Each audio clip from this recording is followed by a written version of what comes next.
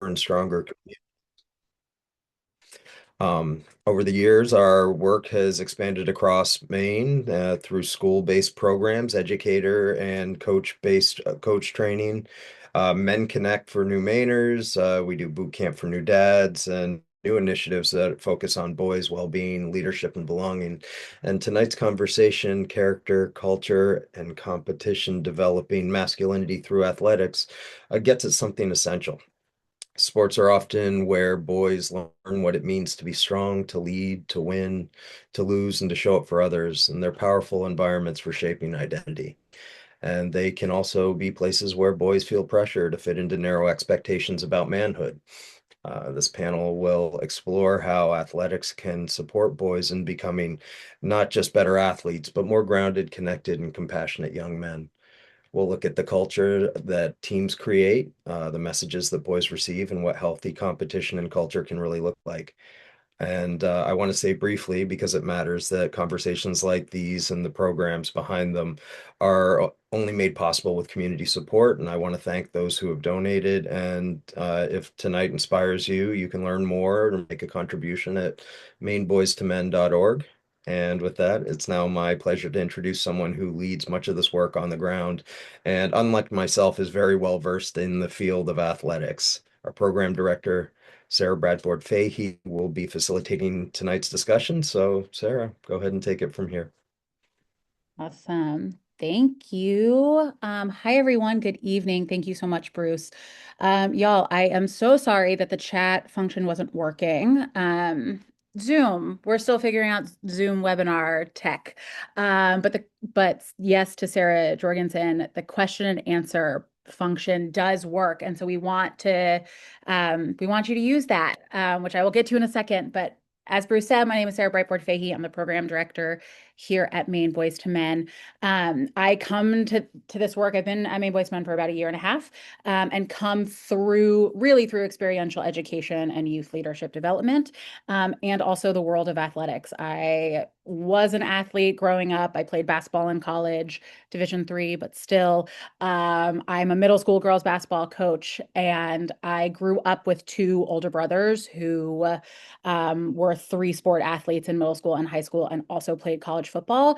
So I really feel like I grew up in the world and culture of sports and have really seen the power and possibility in them for myself, for the young women that I coach, but also for my brothers, and really saw the space the space of belonging and of purpose and of discipline and commitment, and passion that it really fostered in them. So I'm really excited to be in conversation with our three amazing panelists. I know you all have read their bios, but Mark, if you could spotlight in our awesome panelists so you all don't just see me. But I want to very quickly introduce our panelists. First up, and panelists, if you could turn on your video, that will also help with the spotlight. Yeah, awesome. Let you all come on screen before I introduce you. Beautiful. Thank you, Mark. Amazing. So we have with us tonight Matt Burgess, who is the advancement officer and assistant football coach at Bridgeton Academy. He has over 25 years of coaching experience, and though I don't know what this means, he is the master trainer of USA football, which sounds really dope. Even though I don't know what it means. Matt, thanks for being here. Matt's also very steeped in our work and is a big advocate for Maine Boys to Men and has brought us to Bridgeton Academy multiple times. So grateful, Matt, to you for being here.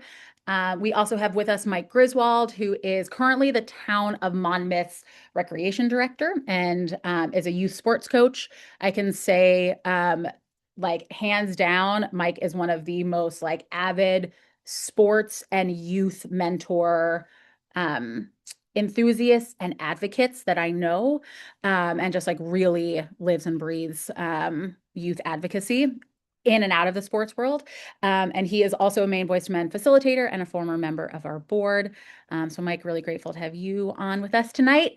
And lastly, excited to introduce Riley Geyer, who I met when he was 16, I think, at the Seeds of Peace camp many, many years ago.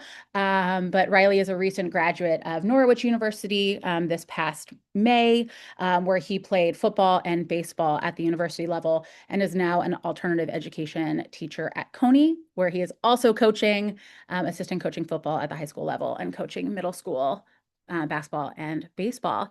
So excited to have you all with us tonight. Before I turn it over to you to get your voices in the room, I just want to, for those of you who are listening, at the bottom of your screen, you should see a little icon that says Q&A. If you click on that, that's going to be the place where we'd love for you to where we want to field your questions and any comments that you might have. You should just be able to click it and then type it in, and we'll be able to see it, and we'll either answer your questions as the night goes, and or circle back to them at the end of the evening. And if you are having any tech issues, I just invite you to chat Mark, who is our Associate Program Director, who will be able to help you with any and all of those things. So with that, gentlemen, I'd love to just start by getting your voices into this and really starting with a question to all of you. Can you highlight a point along your journey where your relationship with athletics made a profound impact in your life and or in your sense of masculinity? Yeah, I'm curious to whoever wants to start. I'll hop in, Sarah. Thanks for the introduction. It was very nice of you. The master trainer thing for USA Football. It was a lot of fun. It is since ended, but it was a lot of fun to go out and credential youth and high school coaches and things like that. It was a blast. I think I'm a second generation coach and teacher, and so the the the time that I've spent in locker rooms and gymnasiums um, and on fields is countless. And so I think that my time involved with football, when I get done playing college football, I was tired, good old Yeah. fashioned tired. I was 22, almost 23 years old, and I was tired. Went to work for the YMCA for 10 years, where I learned more of the communal, recreational, well-being piece of the sport and activity and all that stuff. And it was great to apply some of my college education and all my experience. But it was also where I figured out that winning, which had been a major part of my experience up until I got out of high school and into college, was a different experience, but it had been a major focus, became transitioned into all of the other benefits through my work within the Y, and then in dealing with families and younger folks in athletics and sport and activities, that it became competing or just the love of a game. And at some point in time, I missed teaching and coaching, in the scholastic arena, and ended up back doing it again. And one of the things I really appreciate about what I do here at Bridgeton Academy is winning. Well, it is important, and we keep score, and we like to win. The love of competition is far greater here than, winning any. We're not going to win a football championship here. It's just not going to happen. So you have to love competing and have to love the game you're playing in order to continue doing it. And so that's kind of where I'm at these days, and it's a blast, and I enjoy doing it. And that's kind of how I got here tonight, one ways. But anyhow, so happy to be here, fired up to have some questions and hear what everybody has to say. Thanks. Thanks, Matt. Appreciate it. Figured there's that visual of seeing the icon of the mic come off first. Happy to hop in second. First of all, it's a pleasure to be here. Thank you to the Maine Boys and Men staff for creating this space, but also identifying the three of us, to engage in this conversation. And I'm really excited to share this space with both Matt and Riley, and be a student to your experiences. And then, of course, everyone who is on this call, who shares, I believe, a vested interest in looking at the idea of masculinity, but also in the context of sports. In reflecting about, my response to this question, I think I arrived to it in two buckets that are uniquely intertwined. One is as a kid, I grew up in the 90s and I absolutely loved playing sports. Every season was filled fall with soccer, football, basketball in the winter, baseball in the spring, during the summer, any multi-sport camp that I could go to, I was there. But also more importantly, in the unstructured times, is we played. We just loved it. And one of the things that I reflect so fondly about those experiences is that at a young age, it really allowed me to feel that I was good at something.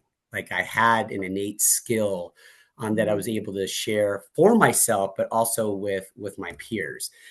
And through that, I learned to really love the thrill of competition, but it also helped instill the sense of place that I belong to something, and also with it confidence and what it meant to be intrinsically motivated to participate and want to work at something. But unique to my relationship with sports, I identify that something that's really deeply personal to me, as somebody who grew up with a disability.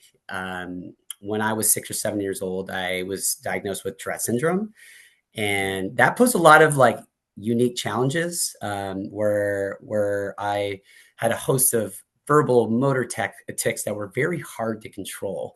And also coinciding with Tourette syndrome, it's very common to have great deals of bouts of anxiety and panic disorder, and that really impacted my my sense of self-esteem and control.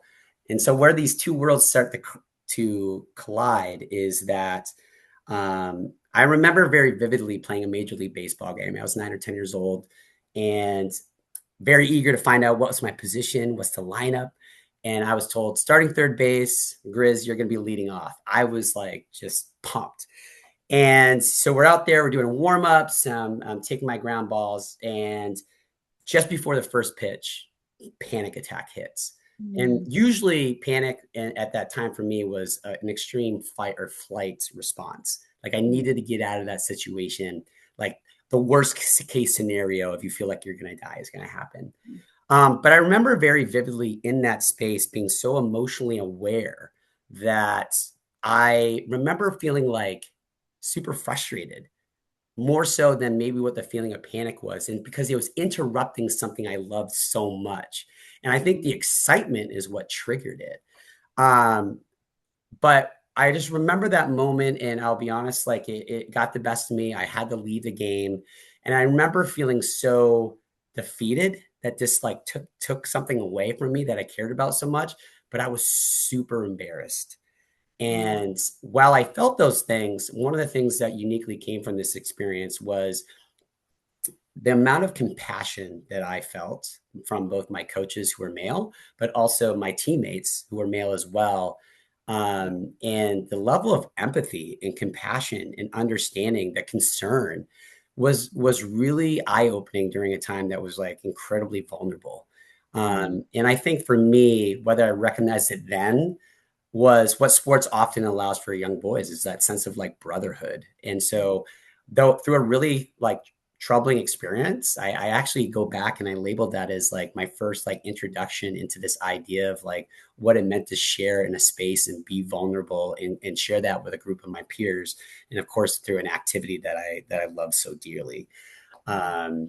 So that's an experience in my life that definitely comes to mind. And I'm really excited and interested to hear Riley's perspective and his impact story. Thank you, Mike. Thanks for sharing. Hi, I'm Riley Geyer. Thanks for having me. I love talking about this stuff. This is all stuff that really gets to me personally. I guess my experience going through kind of just like Mike, playing sports as a kid, all the way up to growing up. I wasn't in the 90s, though. I was in the early 2000s. So just a little bit younger than Mike, but I growing up playing three sports, football, basketball, baseball, and especially through high school, I was getting pretty recruited for football and baseball out of high school. And then my senior year was junior year was the going home for 2 weeks for COVID, never went back. And then my senior year was the full blown going to school twice a week. Uh, so yeah, my senior year was pretty crappy. But I decided not to play basketball because I wanted to pursue my football career, like going on to play football in the collegiate level. And I ended up tearing my ACL and partial meniscus, and recruiting started going down. Coaches started dwindling a little bit.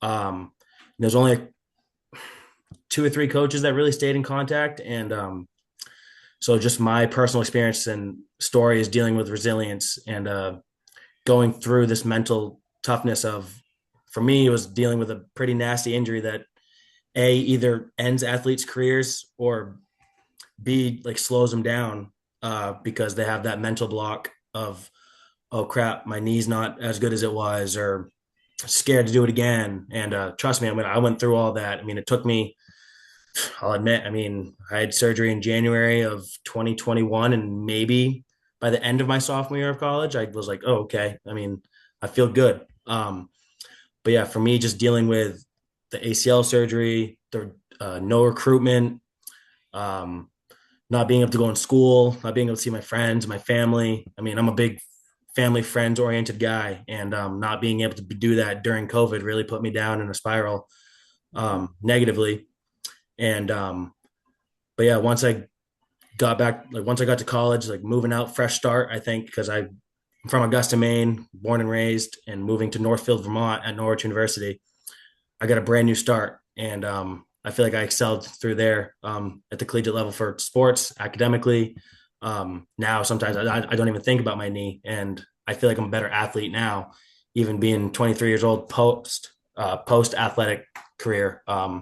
Say I'm retired now, but I'm still playing full blown football against the high schoolers, and basketball or my seventh graders. I mean, I play against them, going out rebounding them, trying to go dunk on them, 3-pointer stuff like that. So just staying within sports. I mean, even though that I'm not an athlete anymore, competing at the high level or the high school level, you know what I mean? But staying around sports, dealing through these tough times, but sharing my knowledge with the youth. Doesn't matter if you're 5 years old, you're 13 years old, you're 18 years old. I mean, if you're a senior in college, I mean, just sharing and learning from people prior to you, or just learning from people around you, is a big thing I learned to take on, especially in college, and just taking everything for granted. So, yeah, that's my little introduction. Thanks, Riley. Really appreciate you sharing and being here. And yeah, I feel like you all have already started naming things that like are really intrinsic and like foundational to masculinity and like boyhood. And I want to zoom in a little bit on masculinity specifically as like by way of starting this conversation. And I want to share just a little thing that we do at Maine Boys to Men. So we don't use the word at Maine Boys to Men, we don't use the word toxic masculinity because that the way that I hear that means that there's something like intrinsically wrong and problematic about masculinity and the toxicity of that. And that like for us doesn't really feel like a great starting place in connecting with boys.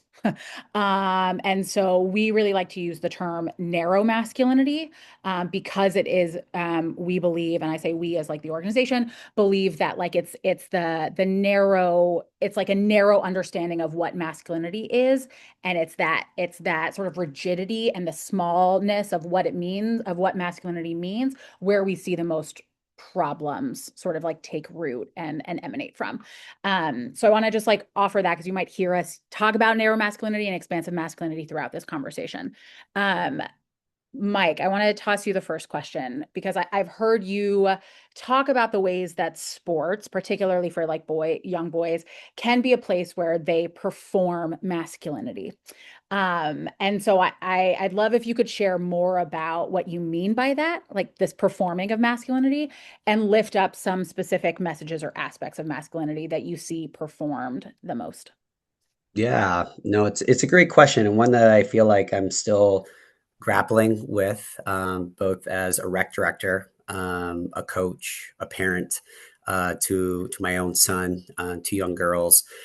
But unique to just like thinking about being a rec director and primarily sharing in the youth space, but seeing what kind of perpetuates along the line up through middle school, high school, and beyond is a lot of where I see some struggles or some performance of masculinity is more around the emotional regulations and what is presented to boys as to what's appropriate to show, and oftentimes what you're not supposed to show. And I see a lot in masculine culture that there's this teaching among boys, particularly in the world of athletics, like you got to man up, right? And I feel though that often alludes to this idea that the emotions and what you should show is usually rooted in like toughness, being dominant, the grit, being physical, and sometimes like often even like violent. And while I see where all the positive things that can be drawn for those from qualities, especially when you start thinking about, the thrill of competition and adversity and resilience, that I feel like it does create a simultaneous meaning that's derived from it, such as the emotions that you shouldn't show, or is like weakness, vulnerability. And I've seen it played out on the youth level, that like take a boy, if he gets injured, right? Like in that man up type phrasing or culture is usually like, oh, you're all right, walk it off, like you just need to toughen up a little bit. Whereas I see it very differently, again, as a parent of two girls and coaching girls, that, well, there's definitely a lot of girls that like exude that same type of characteristic of toughness and grit. I just noticed that there's a different approach to it, and primarily on the youth level, where there's a lot more attention, care, possibly more like an idea of like preservation. And so where I ultimately see that with like how that manifests with young boys and their understanding of emotions is where I see that becoming problematic is where they feel that they need to suppress those emotions. And it creates this understanding of like what it is to be acceptable for a young boy to act and behave. And I think that translates off the playing court or field that you're on. So take it off the field. Like if you're struggling at school, they're struggling with a relationship, struggling with their sport. Maybe they lost a loved one. That I don't think that at the young age, young boys are given that permission, that space to really be modeled with what it means to have those like really dominant features and really tease out what those positive characteristics are and how it can make you a better athlete, a better teammate, perhaps even a better man, eventual father, contributing citizen in society. But more importantly, like identifying where those harmful behaviors then lend itself to. There's a few other thoughts, but I'd be interested to pause there and potentially welcome in some other voices and some feedback.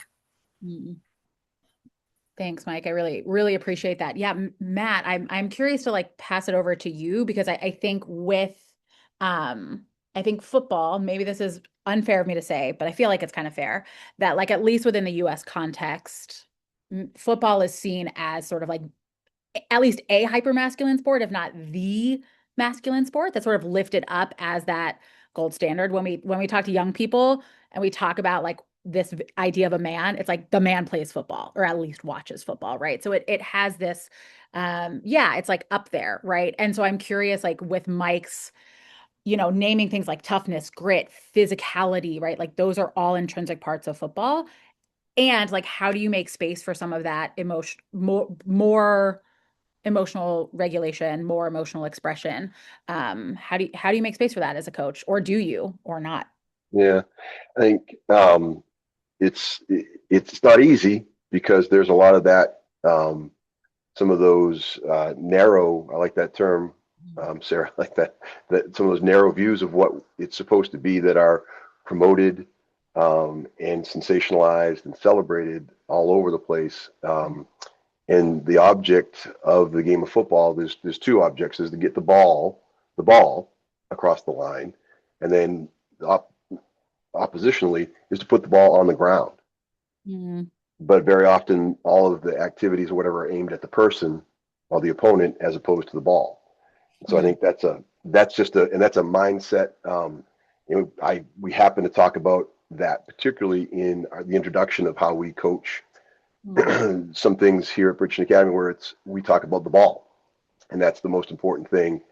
Now, the tactics very often are to put the other person on the ground, to get the ball on the ground, to stop them, to block them, to get them out of the way so you can advance the ball. All those things are they're very, very personal, very, very personal, and there's a lot of physicality that goes along with them. So one of the shifts that was really proud to be a part of, and it was hard for a lot of folks, and still is at times. That role that I had with USA Football was to shift a lot of the mindset in the game of football in and around tackling and safety for, you can replace your shoulder, you can get your knee rehabilitated, right, Riley? But you can't, if you hurt your brain, you're not going to get that thing replaced. And so a lot of the safety stuff that came out in the 2014, 15, 16 timeframe came through USA Football. One of the things they talked about a lot was just language, and the language that coaches used when you knocked someone to the ground. The object when the guy has the ball in his hands is to put him on the ground so that the ball goes to ground so the play stops.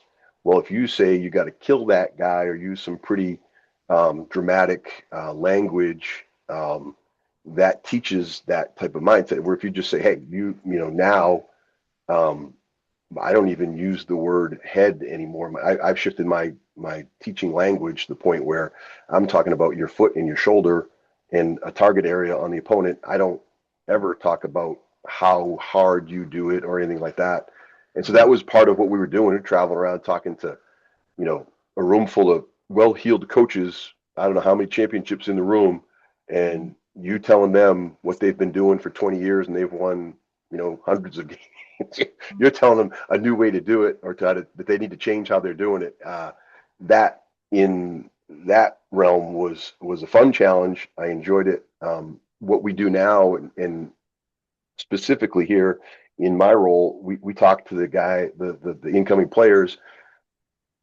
I'm going to teach you how to assess a situation, communicate to one another, make a decision, and then act.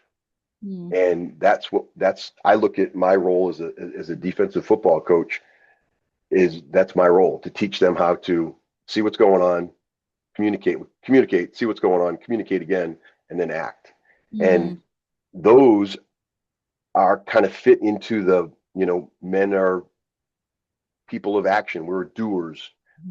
We are clear, direct communicators. And it's not easy to do this, because they all want to go knock somebody down. And they have to, sooner or later, you got to go knock somebody down. But before we get to that point, we want to take care of those things to the point where, the conversation this afternoon in the coach's room, we have to continue to talk to these guys about communicating with each other and doing it properly, and not only, talking, but acknowledging that someone's talking to you, and all the parts of communication, the two-way models and things like that. So I think that's one of the ways that we do it here.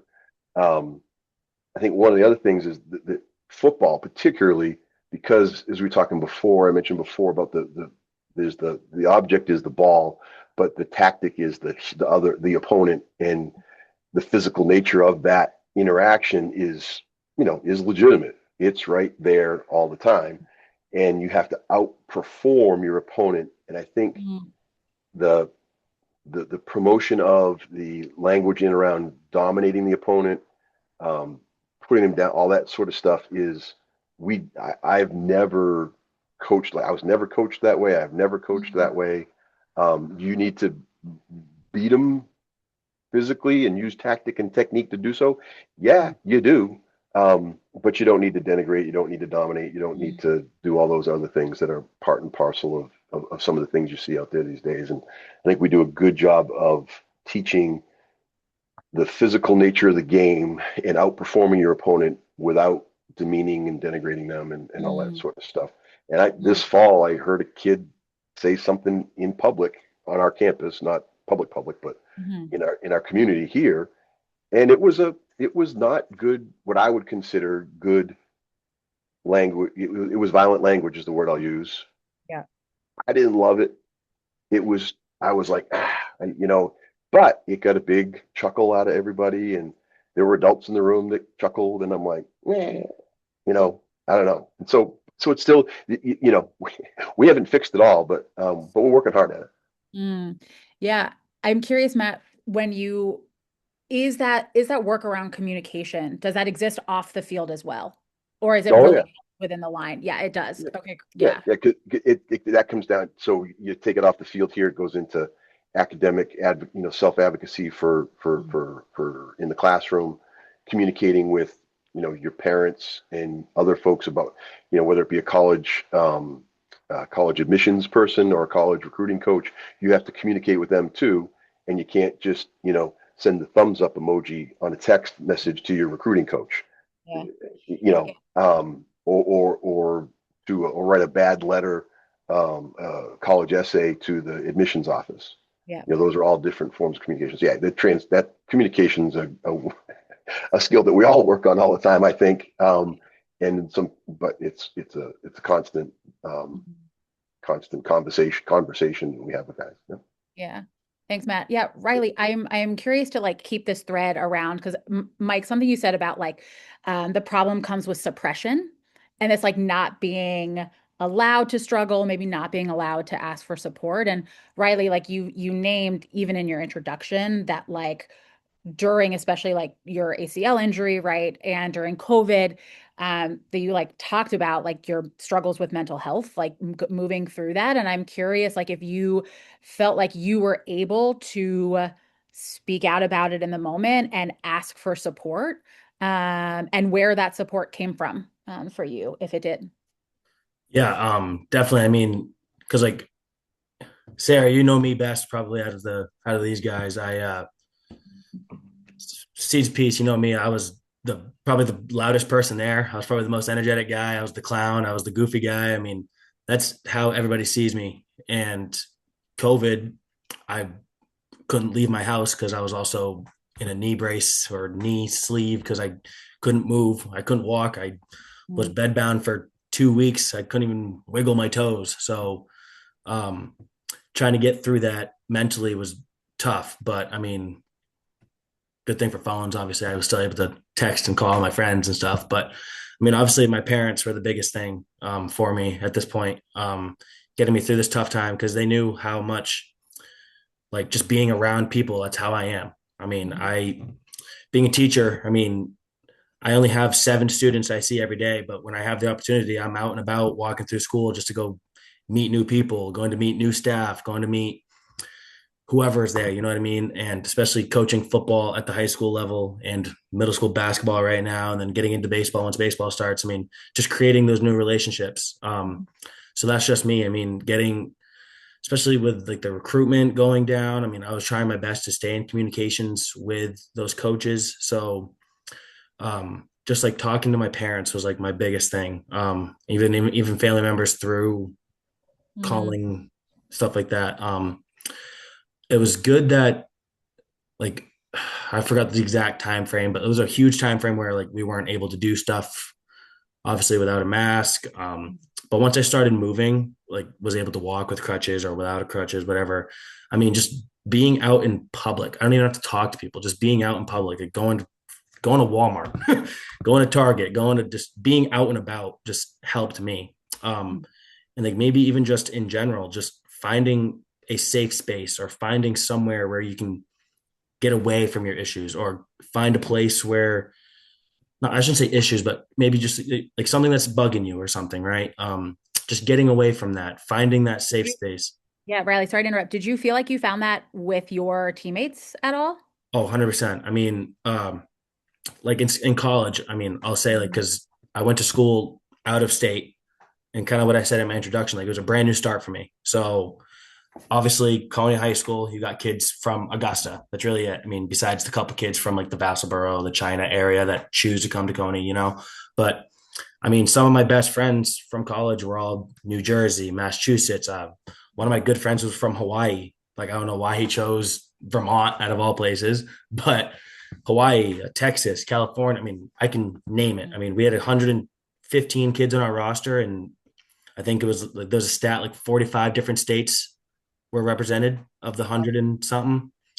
So it's just creating those relationships, especially getting that brand new start. I mean, obviously, I still have all my friends from high school. We still hang out and stuff, but that brand new start, moving from Augusta, Maine to Northfield, Vermont, just finding people to help with whatever it is. I mean, if you're a quiet guy or a quiet person, whatever, go find a person that maybe makes you a little bit more outgoing. Or if you're really outgoing, go find the more outgoing people, or go find somebody that's quieter. You know what I mean? So yeah. Well, yeah, thanks, Riley. Appreciate that. I want to shift gears a little bit and talk about competition. Because I feel like every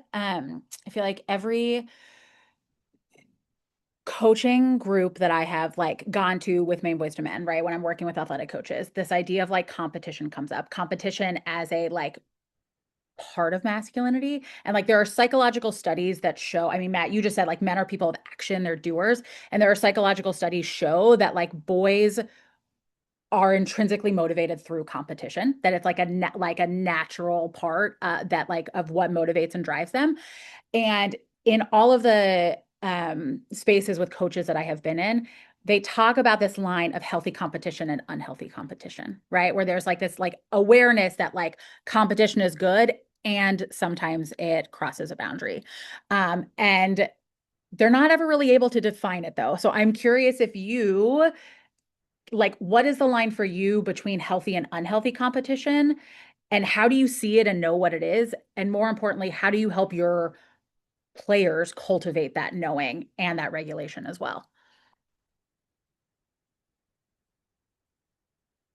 Matt, that's to you or anyone who wants to take it. I got you. I wasn't. Looking Yeah, at you. that's okay. Yeah. I was. I got you. Yep. And I think healthy competition, I think, is um, important, and it's a great thing to foster in young people. But I think very often it needs to be. It's okay to define it, and working at it.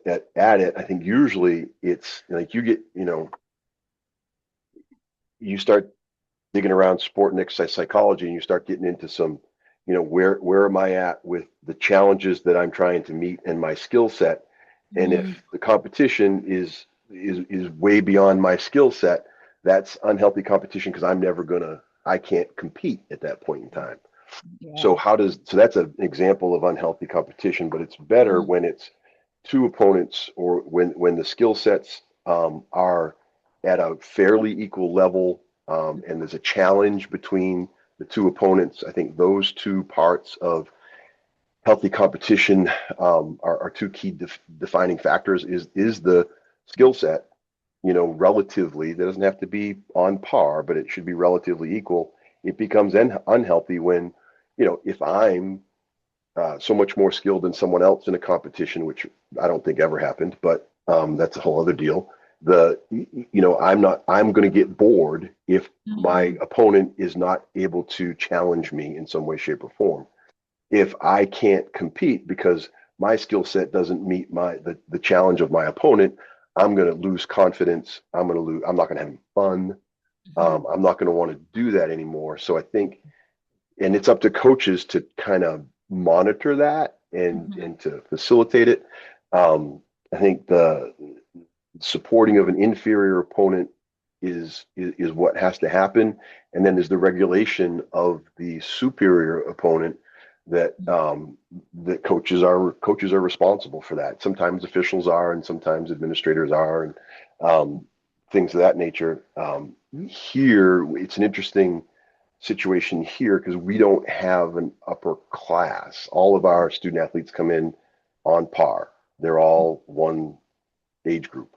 And so there's not an upper class. So the faculty, the staff, and the faculty and the coaches all have a we consider ourselves to be the upper class, or the older, ones who set the tone and that sort of thing. So we can even things out and regulate stuff and support where we need to and regulate where we need to pretty well. So it's hard to, we don't you're able to regulate things pretty well.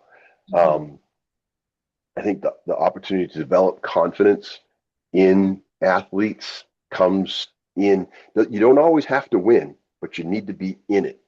If you're not in it, if there's that huge gap, that's when it becomes problematic. And I think that's when we can, as coaches and leaders and your captains can do this as well as uh, um, coaches and things like that. But if you're constantly getting um, beaten a lot, right, Mhm. or by a lot, or whatever it may be, or someone is degrading and what have you, that doesn't make it any fun. And you're going to lose the love of competition. And you should, that's what the challenge, right? The term, I think challenge can be used for competition at times.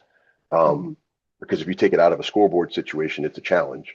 As soon as you throw up a scoreboard, it becomes a competition, right? Mhm. Um, Interesting. and Yeah. so I think that's, as long as it's challenging and you feel like you got a shot, you'll probably enjoy it, hopefully, if it's something you like. And so Mhm. that's my take on it, at least. Yeah. Thanks, Matt. I appreciate that. Yep. Yeah, Mike, I'm curious if you have anything you want to add to that and or to like bring in, Dave asked the question about respect. Like, where does respect for your opponent fit into the competition question? Because I think, Matt, it's really interesting that you named skill level as sort of the basis of like healthy and unhealthy competition. I don't think my mind went to that at all. I think it was more around like attitude and like the way that you're approaching or the way that players approach competition. And so like I appreciate that reset. But yeah, Mike, I'm curious if you see respect as a part of that conversation as well. Yeah. Yeah. It's interesting because, I identify with so many things that Matt and Riley are talking about unique to experience as a former high school and collegiate athlete. Um, but some of the things that I was hearing was like kind of that transition of, healthy competition, but like this hyper focused value of winning. Mhm. And I feel really fortunate that as I arrived to this conversation as a rec director, that I feel like I have the opportunity to work a little bit more upstream and being able to really define what a lot of these things are for these young boys before it gets to that place where competition really gets intense and the value of winning really becomes the precedent. Mhm. And so at the rec level and working with kids, I feel like I have the unique opportunity revolving more around creating opportunity of like social concepts and how to play while also recognizing the beauty of competition and translating that into the understanding that this is a game. Like we Mhm. we accept the reality that there's likely going to be one of two results. There's going to be a winner and there's going to be a loser, or maybe you potentially end up in a tie. But being able to scaffold that in such a young age, that my goal for kids is I want them to absolutely love and fall in love with the activity or the sport.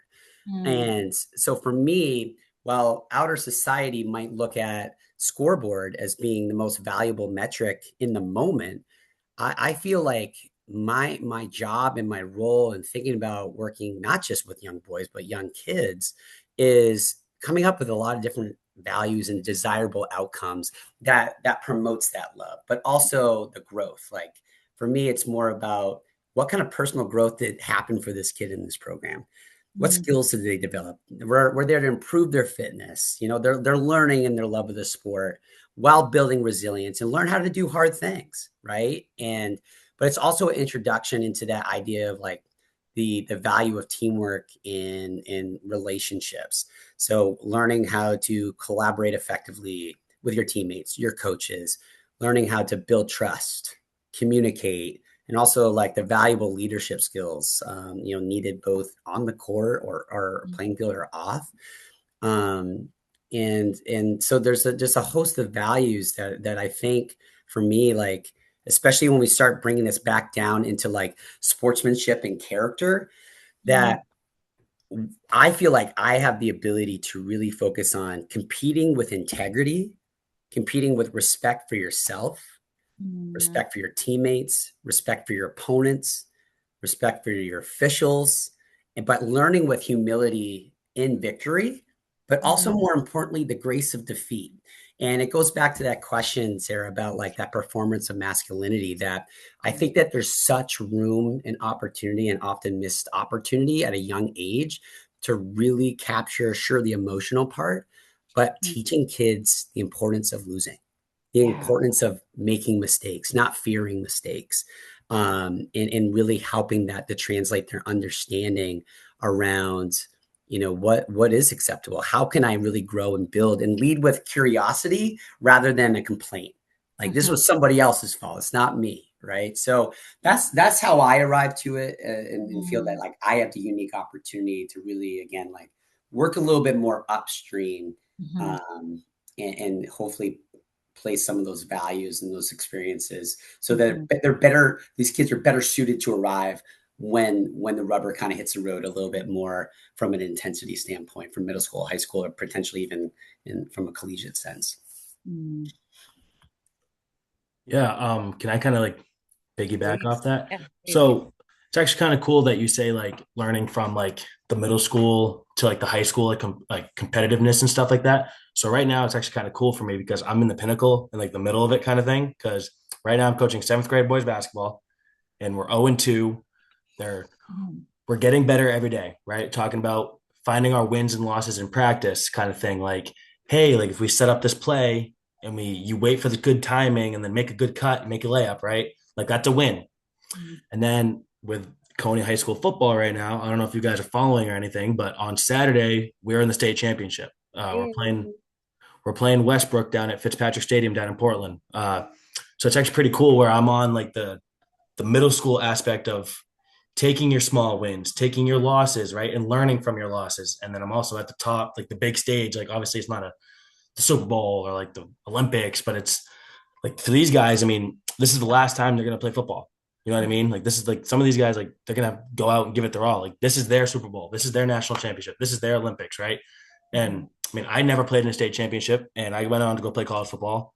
But some of these guys, like we're 10-0 right now, and we're riding a pretty good sail. So it's like so it's pretty cool right now. I'm at the top, and I'm at I shouldn't say the lowest, but it's like I'm pretty much at the top and the low right now. So I talk to my seventh graders all the time, like you're gonna develop, you're gonna take time, right? Like there's no playoffs in seventh grade boys basketball right now. Like I want to teach you the game the right way, the correct way, and what you're gonna learn in high school, because once you get to high school, like these mistakes are gonna get you like no playing time, or you're gonna get not on the level of the team you want to be on, right? Like I was always told, like as a sophomore, I want to try to be on varsity, right? Like it's hard for freshmen, depending on the skill level, obviously, to be on a varsity basketball team or a varsity football team, like just developmentally, right? Like being 13, 14 years old, going against 17, 18-year-olds, like Yeah. it's pretty tough.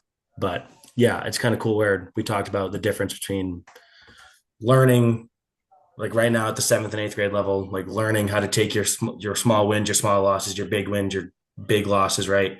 And then talking about at the high school stage right now, for me, like I get to see both sides, so it's pretty cool. Thanks, Riley. Thanks for doing that. And good luck on Saturday. I thought that football season was done. I love it. Football season goes long in Maine. Matt, did you want to Yeah, add on? just real quick, a couple of things real quick. I had a question in there about, we don't, to Julie who typed in, our students are only here for a year, so they don't, we as educators and coaches have to carry that language on. There's no continuation of it from one class to the other. And I think back to the healthy conversation, I think competition conversation that Riley and Mike both alluded to, the response and respect in winning and losing. I think one of the great traits that can be taught is the response to success and failure. And that's basically the respect piece that we've all been talking about. Do you win respectfully, and do you lose, respectfully, and win humbly, all that sort of stuff. I think that's the response, because, Riley, what is it? Most football players end their football career not with, at least half of them end with a loss, right? Because everyone, right? So it's a hard, your football career either ends with the majority of folks who play American football lose sooner or later, end their careers with a loss, and it's hard. How are you going to move on from that? So thanks for letting me chime in. Yeah, totally. Thanks. Yeah, thank you all for that. Like I think I'm struck by um I'm struck by there's a couple of threads here, right? One is that I think we're seeing in the younger generations in particular greater levels of anxiety, right? Like greater levels of anxiety that are coming from our young people. Um, and I think like add that on top of some of like the threads of masculinity that are like about being the best, right? About being the best, the strongest, the winningest, if you will. And then our like social media world of highlight reels, right? That are just like in young athletes face all the time. And like when we talk about like the response to success and failure, we don't really see that. We sort of generally as a society, like those aren't the things that are like lifted up and celebrated, right? Like we are seeing the highlight reels, we're seeing the individual success. We're seeing those big, like we're seeing the scoreboards, right? So how do we talk about how do we as like parents support that? How do we support like young players like staying involved in sports when they're feeling anxious, when their skill level might not be as high as others, when they're not necessarily getting that same level of like um what's the word I'm looking for? Like positive feedback and affirmation on the scoreboard or in the stat sheets. And how do we teach young kids how to fail together in sports, individually and together in sports? How do we do that? I can go on real quick about like my seventh graders right now. It was pretty funny. One of them actually today at practice came up to me and asked me if I saw the Steph Curry highlight of him shooting from 40 feet out. And I was like, no, I didn't. But he was like, yeah, I want to be like him someday. And I'm like, that's cool. But at the same time, I want you to be you, right? Mm, I don't want you to aim to shoot for those 40 footers, right? And I talked about like, especially in seventh grade boys basketball right now, like the easier shot is the 4 foot layup compared to the 30-foot three pointer, correct? mhm, And mhm. so a lot of them are like, yeah, we want to shoot the three. Let's go make a lot of threes. And it's like, guys, we can't make layups. So I talked to them, like, I'd be funny with them. Like, that's the biggest thing is like, two is like relationship building is like, I like to be funny and joke around with the guys. And I like to play against them too. So it's like, I get to show them, like, I get to show off a little bit, like go up and try to go dunk. And I think it's the coolest thing ever. And same thing at football practice. Like I go and roll out and throw a 50-yard ball on the dime. Like, you know what I mean? So, um, just taking those little, like I want kids to be themselves. I want Mhm. kids to, instead of being like, I want to be the next LeBron James, like say like, be the next you, right? Be you. Yeah. Make what is best for you, right? Because like not all of us are 6'8" and have a 50-inch vertical like LeBron James. Like, Mhm. so be you, like be the best that you can possibly be, right? And so that's what I tell kids. Like on my basketball team, like I have a 5'10" kid who's really good at rebounding. At seventh grade, 5'10", really good at rebounding, but he's not the best dribbler.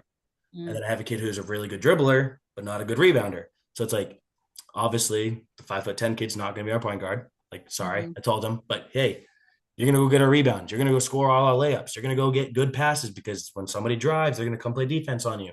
And it's like, I want you to be yourself and find that best version of yourself and play your own game. Yeah. So, Well, and I hear in that, Riley, also like understand how you fit within this broader, right? mhm. Like within this broader group. And I do think that there's something to both like know your skill set, develop that skill set, and like see the ways that you fit because it's not just especially in team sports, right? Like it's not an individual, right? So understanding, I think also how the pieces, how everyone fits together feels like an important part of that Yeah. like collectivizing, if you will. Yeah, Mike. Yeah. Riley, you're getting me all fired up with my coaching hat on here. First thing that like made me think about, some things around character building and, again, what kids see and what they absorb as, what kind of gets the glory is, a big message that I like to talk with our athletes about is like your reputation, or excuse me, your repetition creates your reputation. Right. Mm, And so when you think about like what kids do, what they watch, they're just performing that. right? Like so much of that is just vicarity. So when they see that Steph Curry highlight, like they want to be that because that's what is celebrated. And Sarah, you made a point about like kind of this like algorithmic mentality or even susceptibility that we not just kids but adults fall into. And you think about the real culture, right, of reinforcing what they want you to click on and getting that 5-7 second dopamine rush. And it kind of goes back to that question of like performance and masculinity. Again, like as I acknowledge being a 90s kid, like the top 10 on ESPN, like just started to break the scene, right? But unique to that time, as a kid, we watched full games. There wasn't opportunities to Oh, record. You had interesting. to be there and watch. So you saw everything from start to finish, all Mm, the highs, the lows, the mm, mistakes, and also those moments where people overcame. And so mm, I feel like that's something that's lacking right now because what I do see is, well, we want short clips. We want something that gives that mm, short impression or even that highlight, that glorification. mm, And I see that showing up in again, that performance of masculinity, that I see this exuberance of overconfidence that young boys have. mm, And underneath it is not all, but an immense sense of insecurity. mm, And so when they fail, it's like the end of the world. mm, And now we are as coaches, leaders, like trying to build them back up. And what I really try to challenge my players, whether they're boys or girls, but particularly this conversation with working with boys, it's like, yeah, I get it. That 40-foot shot, there's a reason Steph Curry's Steph Curry, right? Tom Brady's Tom Brady for a reason. But can you be that everyday guy or that everyday player? That presents that level of understanding of the little things that make the whole. mhm, Sure, it's fun to score, but like, you know what's fun? Showing up with the same great attitude, work ethic, being coachability, having coachability, saying yes, coach. Like as an adult, those are the things I try to find the opportunities to praise, so mhm, that beyond just the accolades of what a statistic might feel that gives this individual, is to mm, say, yeah, that's fine and good. And I hope that you get to experience that in some shape or form, but realize like there's a process and a journey that goes along into this idea that sports, unless you're playing, a more individual game like golf and tennis, like a lot of times in team sports, it's a big growth mindset to be able to say, yeah, I do have teammates, and like what's my role within this. mhm, And that's why I go back to that upstream mentality of like, I just feel so empowered to be able to do that at a young level. So when they get to you, Riley, at middle school, or you, Matt, when they get to high school or college, that those values are instilled, mm, so that they're able to arrive to a lot more harder challenges that they're going to face down the road. mhm, mm. Thanks, Mike. I really, really, yeah, really appreciate and resonate a lot with what you just shared. Um, yeah, I'm like curious where I want to take this. Yeah, I want to talk about I want to talk about the accessibility of sports um right now because I there seems to be an increasing pressure for kids. And I would say that this is at I think it starts, Mike, correct me if I'm wrong, at like the rec level and like continues into middle and high school, where there's this pressure for kids to like specialize more and more in sports, with travel teams and AAU seemingly like really becoming like the option and the thing that has to happen for young athletes. And I also know that like travel and club teams like aren't financially accessible to everyone, right? They cost money. They're a huge time investment for families. And yeah, and they aren't, not everyone can do them. And I am like curious like why we see this happening here in Maine. And like I'm even seeing it as like a middle school coach that like hears some of like my girls like talk about like they play basketball year round. They are on multiple club teams. Like that is what they do. So much so that they're like, maybe I won't play at my school level because there are new kids that are trying to learn how to play and the level of competition just isn't enough, right? So it feels like this sort of with the like intensification of club and travel teams, there's this Yeah, I think there's both an accessibility question and like, are young people getting pushed out of sports because they're not being good enough and aren't able to like do some of the more competitive things? And or are young people starting to opt out of sports because they're not seeing themselves as good enough? And Mike, like you said, some of that like insecurity is coming through. Yeah, it's an open question. I think I'm gonna start Yeah. with yeah. Yeah, I don't mind like kicking off and then seeing what Matt and Riley have, especially from the standpoint of looking at the youth level. Mhm. Um, I reflect on my upbringing that like when I was trying to think about like specialization in sport, I didn't feel like I had that pressure. Mm, When I was growing up, there was more just like you had your rec team, and then eventually there was like the travel team tryouts, and that represented kind of like the best of the best, if you will. And then you went on and played higher competition. But what I'm seeing from a trend standpoint is I think that a lot of players and parents and families, there's like this risk and pressure of not wanting to fall behind mm, and feeling like when you get to the end of like a rec season, I already hear the conversations from parents of like, oh, are you going on to do this AAU program afterwards? And some are like, oh, yeah, absolutely. We're all signed up. And then others are like, I had no idea. Right. And so, like, there's this pressure that exists. But the thing I'm really worried about, and I am interested to explore this as I, work with fellow rec directors in the field, is a lot of these specializations in sport usually is designed for the kids that can. And that doesn't necessarily have to do with their physical ability to play. That mm, also stems into the economic yeah. means and having the access, which really creates a disparity Mm, when it comes to the opportunity. But in a nutshell, it represents the meritocracy of just what American culture is, right? Like mm, the belief and the desire to get ahead, to get a mm, competitive advantage by any means of doing so. mm, And there are really some great programs, and I want people to know that. Like, I think that there's a lot of amazing coaches, a lot of amazing programs that really do offer specialized coaching and leagues. Um, but at a macro level, it's a money manufacturing machine. And mm, as you said, Sarah, it mm, requires thousands of dollars, mm.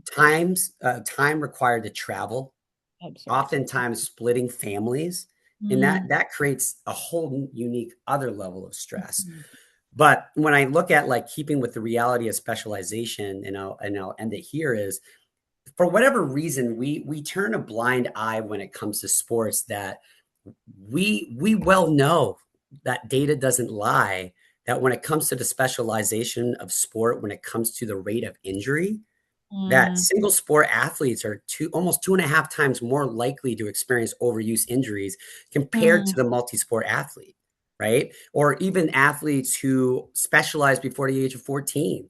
Like it nearly doubles the rate of overuse injuries Wow. than Mm, those who play multi-sports. And that's before even talking about the psychological burnout. And I'll mhm, end with this little anecdote that I had the opportunity learning about an AAU baseball program, and my son played an all-star tournament, and we were talking. He received an invitation, and I was just trying to get more information. And I remember the coach talking to me and said, you know, we've been playing rec, we've been playing our district all-star team and this AAU travel team. And when they were coming back from a tournament from their AAU travel team, that he asked, they were talking about the game, the last game, and his son asked, Dad, did we win or lose that last game? And it just presented for him, and I arrived to it too, of like the competitive stamina psychologically mm, against the physical, that mm, he counted up that in a season, this child played 61 games, right? And so I think that that's a wake up call, not only for where kids arrive psychologically, but also trying to make sure that we do a good job of protecting our athletes. Because as you were mentioning, Riley, like, rate of injury, you experienced it. And sometimes it could be overuse, sometimes it is freak injury. But I do see that as a trend in rec, and it is impacting the participation in our rec programs, um, and also kids who are trying to do everything. They're trying to play on all teams. They want to be with their friends, but they have to leave because they got to go do a tournament 2 hours away. And then you're left with kind of a diluted community program. So those are just some of the trends that I see out in the field. Thanks, Mike.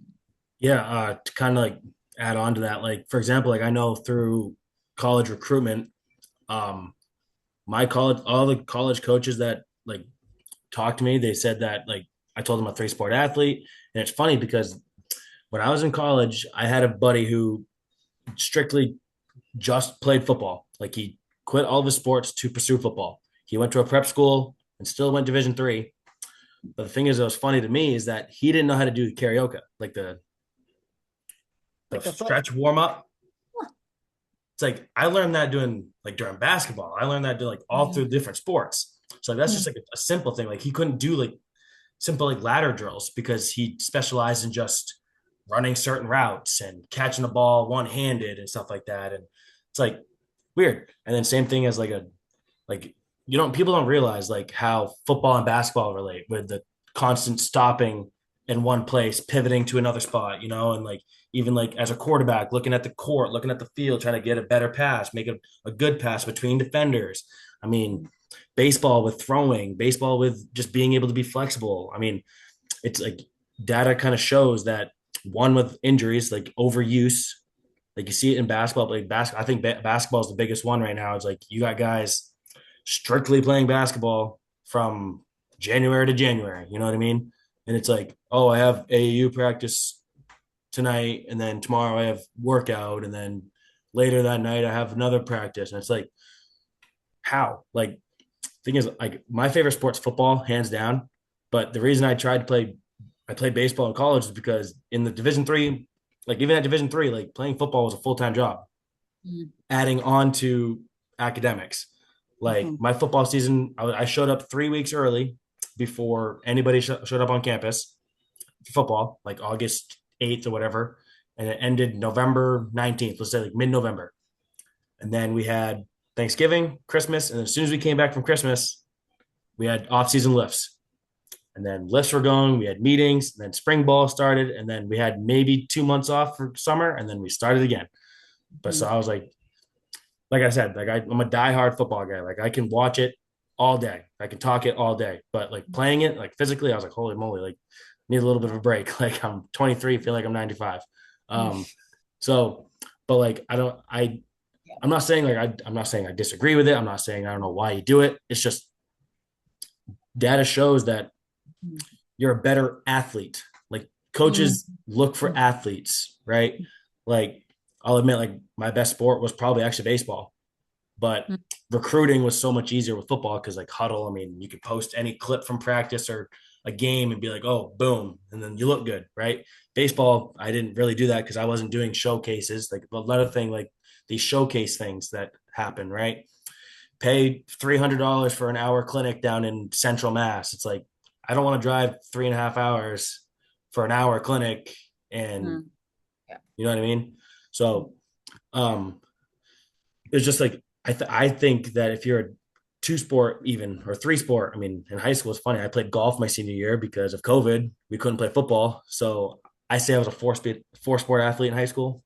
Whatever. Now my golf game's pretty good. But yeah, just being a multi-sport athlete helps you in everything. I mean, just especially like football. Like, I mean, there's 11 guys in the field, right?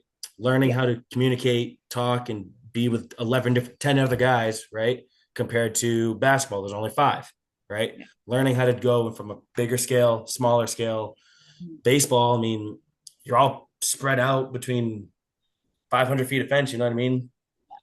And the outfielder. So it's just working on communication in different sports, like different, just getting through different, it's like the same thing in school, different classes, you know what I mean?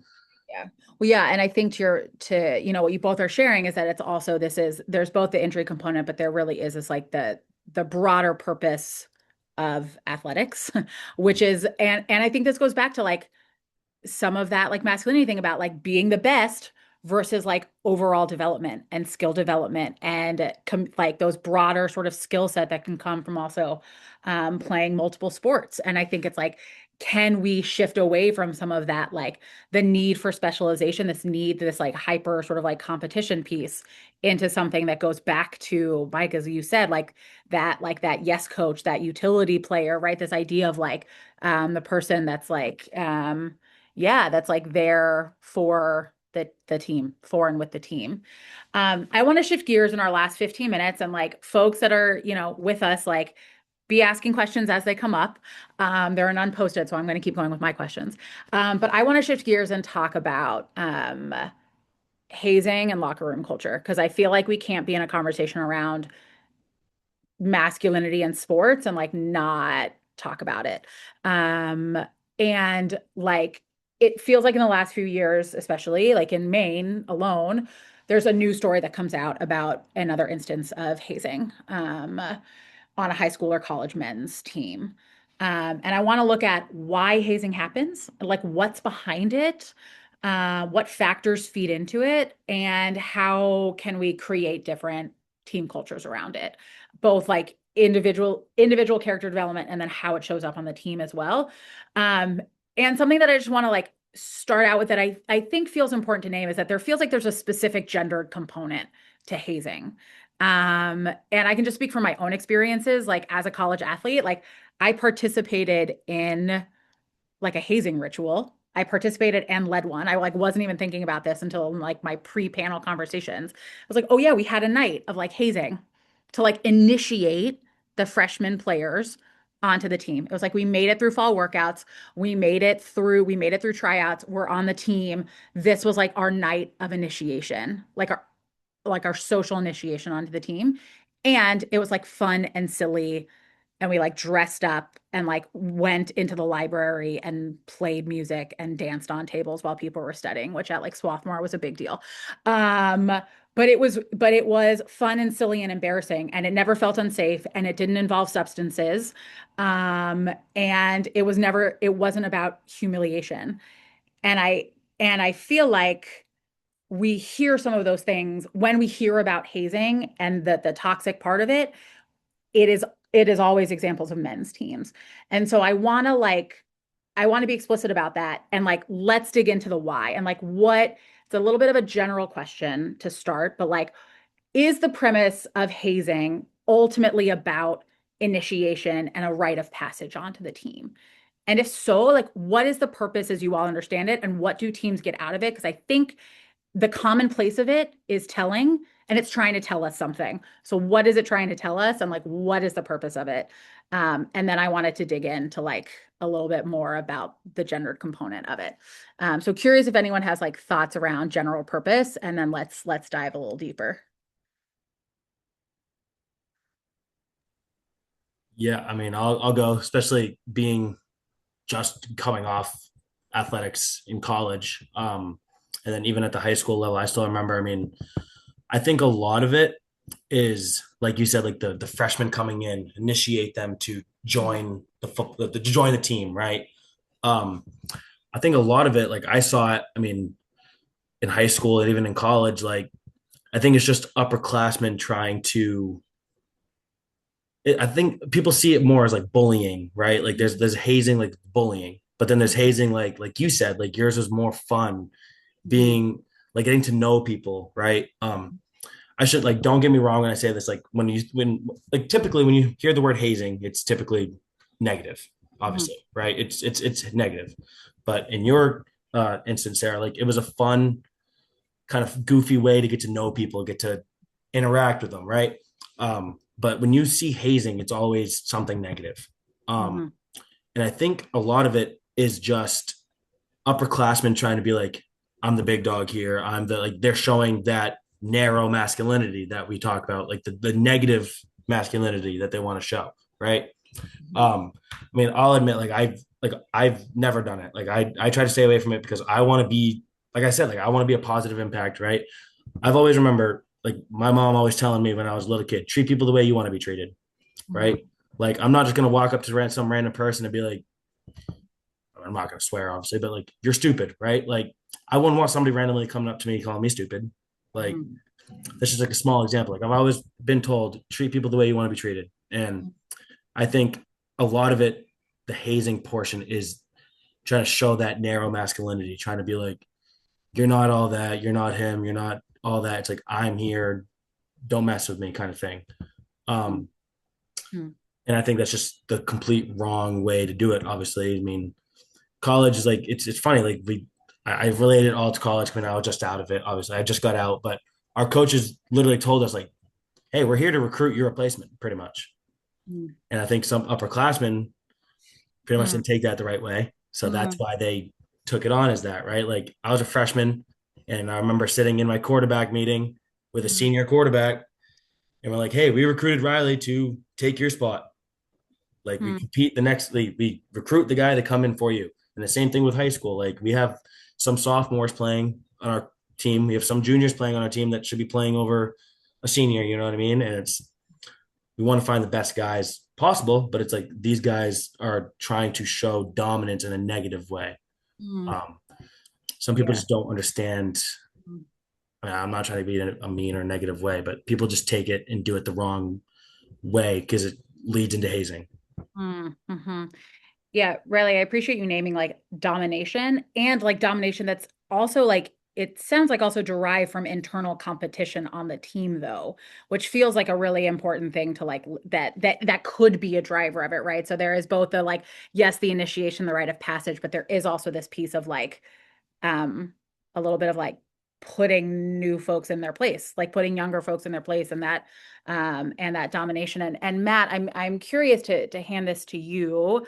I want to get your thoughts because I know that you are have steeped your work in violence prevention, right? Violence prevention against women, and like between men in the locker room as well. Like those are deeply interconnected. And yeah, I'm curious if looking at hazing through the lens of power and domination, um, and consent, right? Like, does that speak to some of the gender dynamics that we see in hazing on men's team being oftentimes more violent, more risky,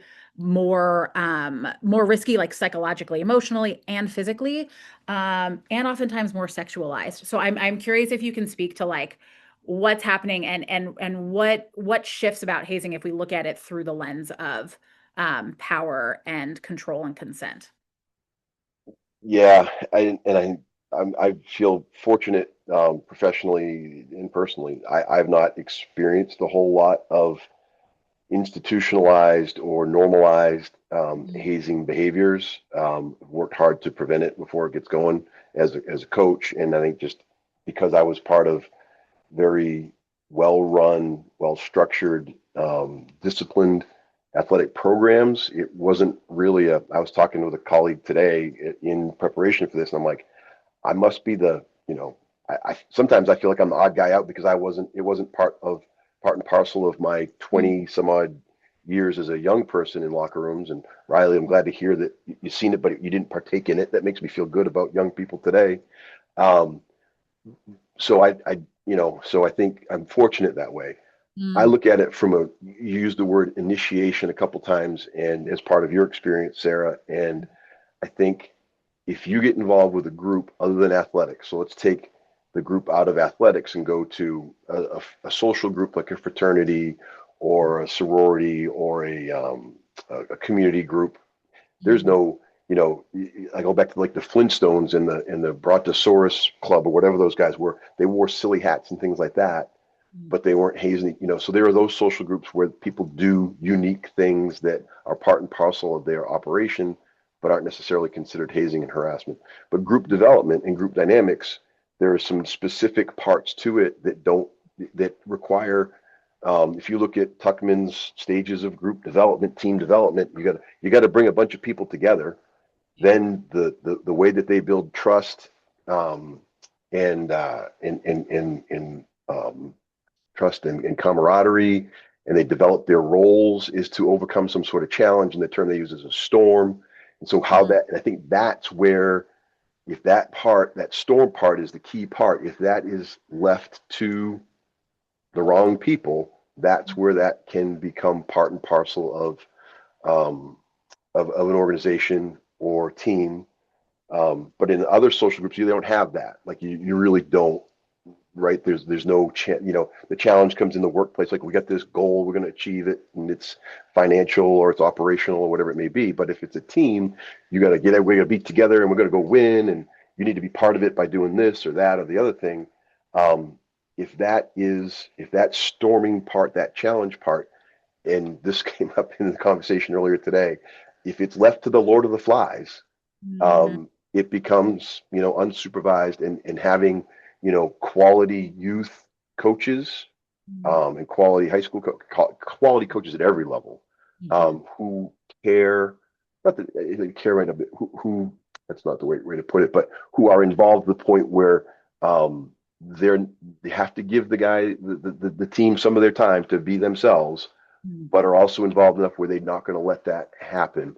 Um, I know some coaches who have, thought they had their pulse on some things, and they didn't. I think that's really hard for those people because they are caring people. Not that they didn't care, they just kind of lost track of the teams at times and believed in their teams. So I think that's a dicey spot for a coach to be in. The other parts of the team development, you bring them together, you give them a challenge. Then there's the norming of the roles, and everyone can't be the captain or the leader and all that sort of stuff. So one of the things, and I'm fortunate I get to teach and coach a different age group, and we can talk a little bit more in depth about different types of leadership.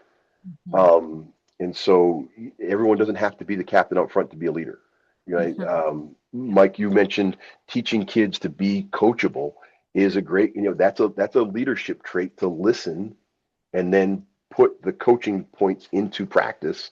That's a skill set, and it's a key one to being a good member of a team.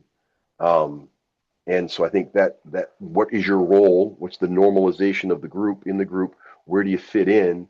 I think, when there's a person in that group who wants to express their domination, their control, all that sort of stuff, that's where that power and control dynamic comes into play. And if it's not, kind of, monitored, it'll be the term I would use, particularly with pre-adolescent and adolescent folks, can get out of hand. And then I think, and then you get into the performance part. So once you get through the form, get a group together, give them a challenge, help them overcome the challenges, whatever they may be, normalize the group, and then you can get down to performance. And then remember that performance ebbs and flows in and out of the role setting, and a new challenge might come up, and different roles happen within that deal. So I think that's part of it. I think there's an example earlier about freshmen picking things up. There's a good book, from the New Zealand All Blacks, talks about their 15 stages of success, and it's called Legacy by James Curran. It's good. They talk about cleaning the sheds, and I always think of that when we talk about picking things up, at practice. And again, here we don't have an upper class, so everybody picks stuff up. If you have age group layers in one team, it's great if the upper class helps and teaches the freshmen how to do it, and they're included in the process. That's a much better way to develop that type of leadership and culture and operation in your team than to go just tell the freshmen go pick everything up and leave them by themselves. You can tell them to do that, but make sure that they do it, and make sure someone's watching, that they're not hitting each other over the head with the heavy bag and squirting, whatever, they're not messing around. And I think folks understand the point that, that part, particularly with pre-adolescent folks, matters. And then, I think it's that teaching that there's no job too small is a key component. Everyone can pick up, everyone can do the little things. That's a role. I really don't feel, Sarah, haven't dealt with a lot of the sexualization of stuff in my experience. I've been super fortunate.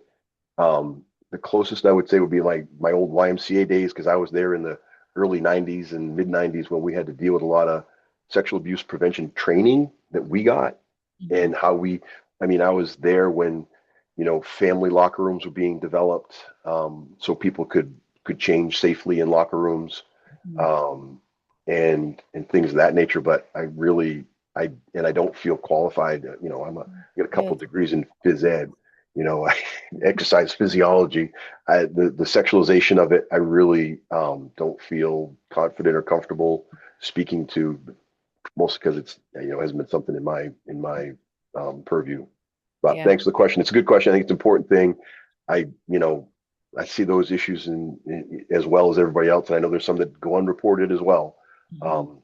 and they're all tragic and difficult on Mhm. a host of levels. So Yeah. Yeah. Thank you, Matt. Thank you for sharing the experience and the wisdom that you do have around it. And I think your parts around like the group forming and the stages of a group is like really, it's really important because those are all intervention places, right? Where we can be keeping an eye on and supporting the kind of culture that we want to be building where that isn't happening. And I think ultimately where um, folks don't feel like they need to dominate or exert control over others on their team to either deal with their own insecurities and or feel like it's like a holding to a hierarchy, whether it's an explicit or implicit hierarchy that is existing on the team. So just like, yeah, grateful for your experience and your wisdom in sharing and responding to that. It's a big question. And it is 8 o'clock. I can't believe it is already 8. I feel like we like scratched the surface. Yeah, I feel like we scratched the surface on a lot of things. And just want to say thank you. I want to be respectful of time. But I have a couple of closing things just to like thank the three of you for your wisdom and for sharing tonight with your experiences and just like your commitment to this work. I know like if my son had you all as coaches, I would be like over the moon delighted and like hope that like coaches across the state are really like thinking about these things for all of our like young athletes, not just our young boys. So thank you to the three of you. I want to thank you all for being with us. I can't like see our participants that are on and listening, but I want to thank you all for being here and for the few questions that were asked. We are constantly trying to learn and grow as an org. So if you have a couple of minutes, like literally 3, afterwards, I would love for you to fill out this like short survey for us because we are wanting to make our work relevant. Yeah, we're wanting to make our work as relevant and impactful as possible. So like, please fill that out. And I would be remiss if I did not drop in a donate line, our link to donate as well, if you feel so moved, just to keep these conversations and keep the work with boys and students of all genders in Maine, looking at gender-based violence, looking at community and belonging and safety. And that's ultimately at the core of access is needed. Of course, access is needed for the survey because that is just the level of tech land that I am in right now. Sorry, guys. We'll email out a survey. Sorry about that. You should not need it to be able to access it, but I don't want to ramble on at you while I try to figure it out. So yeah, just want to thank you guys. We're not going to do a closing round because it's 8:03 and I want to protect everyone's evenings. But just want to thank Sarah, do you. you mind if I Yeah, just add in one quick thing? please. Maybe I can As figure out a survey one. as part of, just where we're segueing into finishing this conversation for tonight is, as Sarah mentioned, I used to serve on the board, trained facilitator in this work. And while it's been amazing to think about and reflect on my own athletic experiences, as an athlete, as a coach, as a parent, I cannot speak enough about the quality of the programs that Maine Boys to Men offers. And it really changed everything for me. That's why I got involved with it. That's why I fell in love with it, but also for creating, a space even before reaching the top of athletics about creating opportunities for young boys, their collective peers to learn more about those narrow views and share in those spaces and what it means to be a man in today's society, and challenge those together and uplift what is positive inherently about what it is to be masculine. And so I encourage anyone on this call, assuming that most are adults, to check out their programming. There's a wonderful coaches and educators workshop. And that's a great way hitting on this topic of thinking about, especially at the youngest level, how can we preserve that space? So Sarah, I don't want to take any wind out of Well, your sails, but I just would be remiss if I didn't take that opportunity to say, like, that's why I'm here, because I love this work and it's made such a difference in my life. And I hope that many people take the opportunity to read more, learn more from this amazing staff. Thank you, Mike. Deeply appreciate it. You are literally the best champion of this work in so many ways. Thank you all. I dropped a new survey link. Please fill it out for us. Let us know. Let us know what you're thinking and feeling after tonight. And again, just a huge thank you to Matt and Mike and Riley for your wisdom and for the work that you're doing with young people in this state. It's really, really fantastic. So with that, we're going to say goodnight. I'm going to ask my panelists to stay on. Bruce has some tunes to send us out with. I have no idea what they're going to be, but folks, so you can click on and yeah, everyone have a beautiful rest of your evening. If I can have you guys hang with me for a bit, that Good would night. be. Thank you. Good night. Thanks, Thank you, everyone. everyone. Thank you, everyone. Such is the way of the world, you can never know just what